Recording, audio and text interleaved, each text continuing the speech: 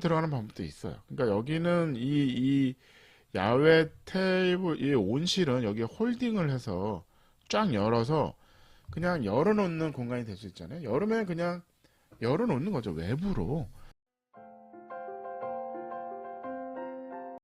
반갑습니다. 국민건축가 이현입니다. 오늘도 즐거운 전원주택 도면 리뷰. 남의 집 도면 재밌습니다.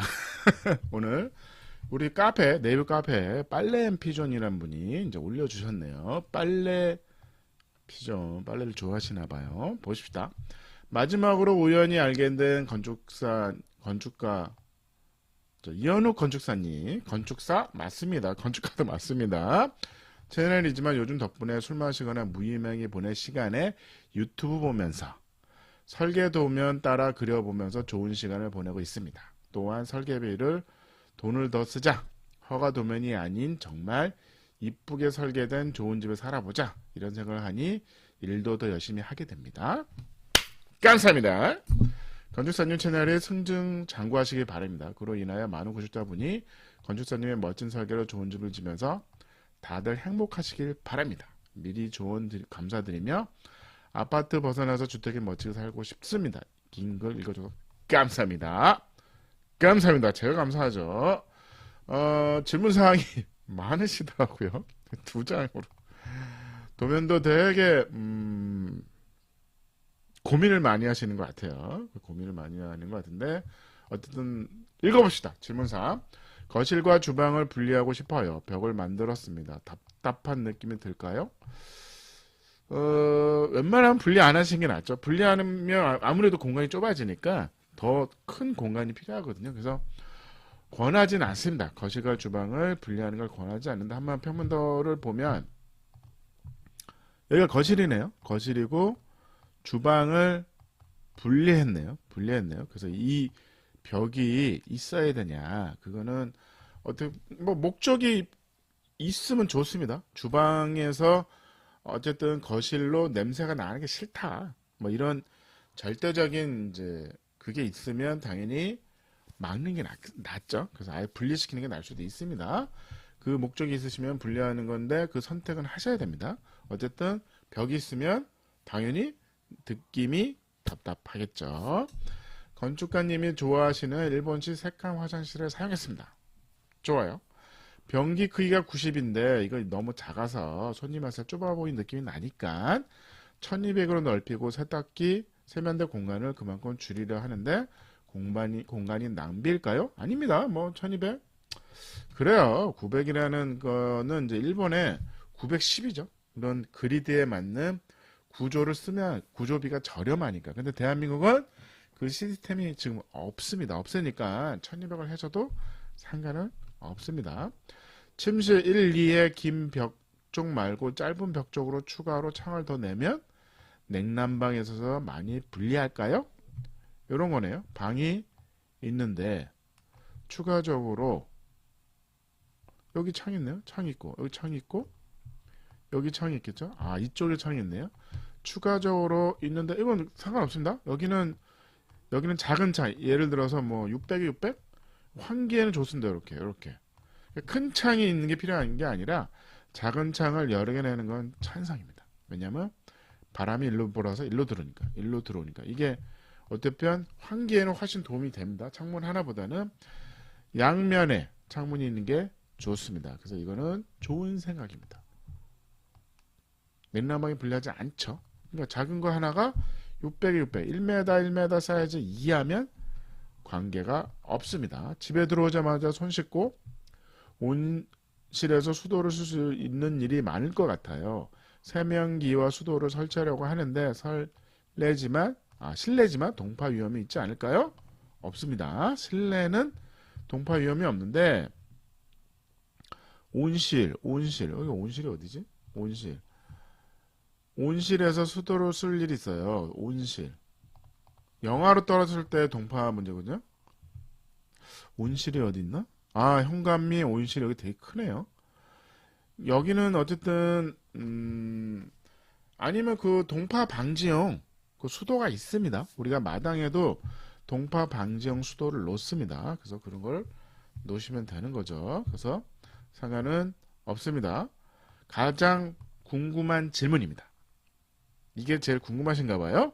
최종까지 결정 못한 부분은 온실을 없애고 집과 차고 사이에 지붕 있는 테라스를 10평 정도 조성하려 합니다. 집이 있고 차고가 있죠. 요 중간에 지붕이 있는 테라스 10평 정도를 조성하려 합니다. 그 대신 온실을 없애는 거죠. 왜냐하면 이 공간에서 요게 포츠 겸 그런 공간을 다 하니까. 근데 그렇게 되면 건물의 길이가 25m 이상으로 늘어나서 토지 구매에 제약이 많을 것 같습니다. 아무래도 땅들이 대부분 이렇게 생겼거든요.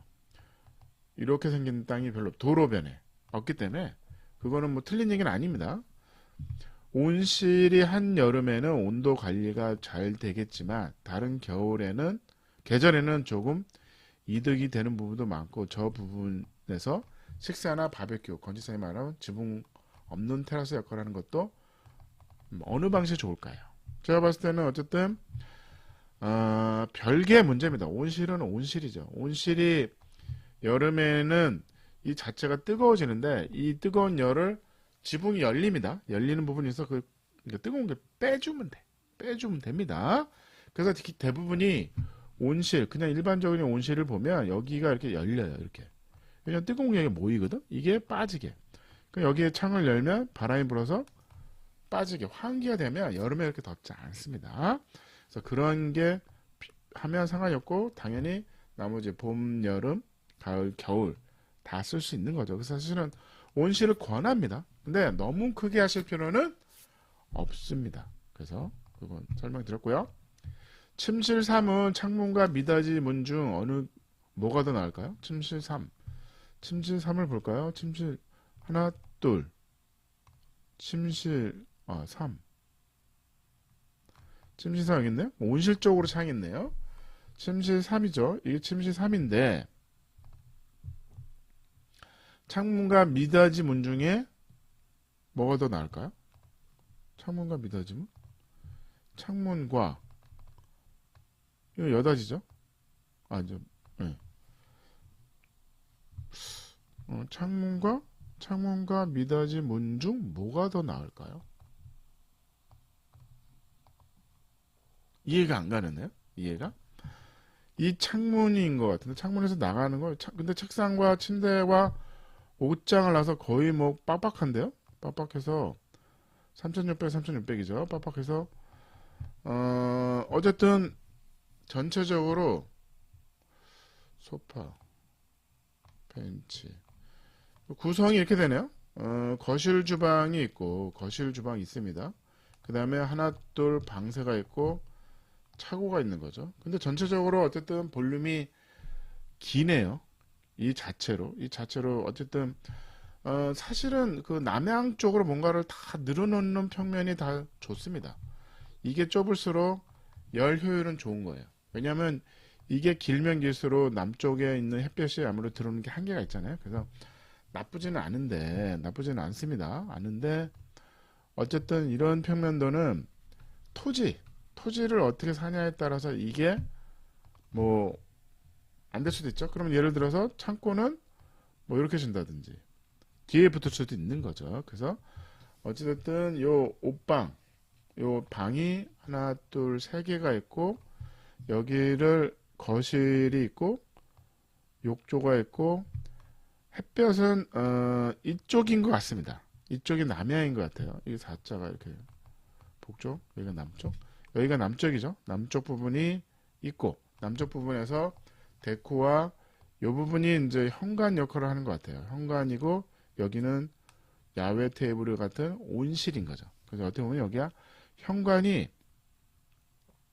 구분하는 것도 나쁘지 않습니다. 현관을 구분하고 일로 나가고 뭐 일로도 나가고 일로도 갈 수 있는 거죠. 현관에서 그런 배치도 가능합니다. 그러면 이제 구조를 간단하게 어떻게 보면 되게 복잡해 보이는데 사실은 간단히 정리할게요. 정리해 보면 여기는 거실 공간인 거죠. 여기는 주방 공간입니다. 여기에 방이 3개가 있고 여기에 현관을 배치한 거죠. 현관 옆에 여기에 온실이 있는 거죠. 온실이 있고 데크가 있는 겁니다. 그래서 이 데크의 방향이 애매합니다. 이게 방에서 나가는 것도 아니고 데크라는 게 위치가 좀 그래요. 데크라는 걸 여기다 해도 되지 않을까요? 여기다가 있는 게 맞죠. 그렇다 뭐 그러면 창고가 되게 크네요. 차고며 창고, 차가 이렇게 들어가는 거죠. 창고에서 이렇게 팬트리를 통해서 냉장고를 통해서 싱크대를 통해서 아일랜드 통해서 식탁을 통해서 여기로 들어가는 거죠. 그 다음에 기역자 소파를 놓는 거니까 여기로 나가지는 못하는 거죠. 그래서 어떻게 보면 변기, 옷장, 변기만 있는 화장실인 거죠. 이렇게 해서 변기만 있고 여기는 욕조가 있고 여기는 세면대, 세탁기가 있고 어느 정도는 벽이 이만큼은 더 나와야겠죠. 그래서 어느 정도 여기 화장실 공간인 거죠. 화장실 공간 역할을 하고 여기가 좀 있고 여기가 이제 거실인 거죠. TV는 뭐 여기다 놓으면 되겠죠. 이 벽이 좀 있어야 되는 거죠. 그리고 기본적으로 3600에 2700에 방이 있는 거죠. 방이 있고 신발이 있고 여기는 현관이 있는 거죠. 제가 봤을 때는 이 벽이 굳이 있을 필요는 없을 것 같습니다. 그래서 여기는 아일랜드 식탁이 있고 싱크대가 있고 냉장고가 있고 펜츄리인데 여기는 벽이 있는 게 낫습니다.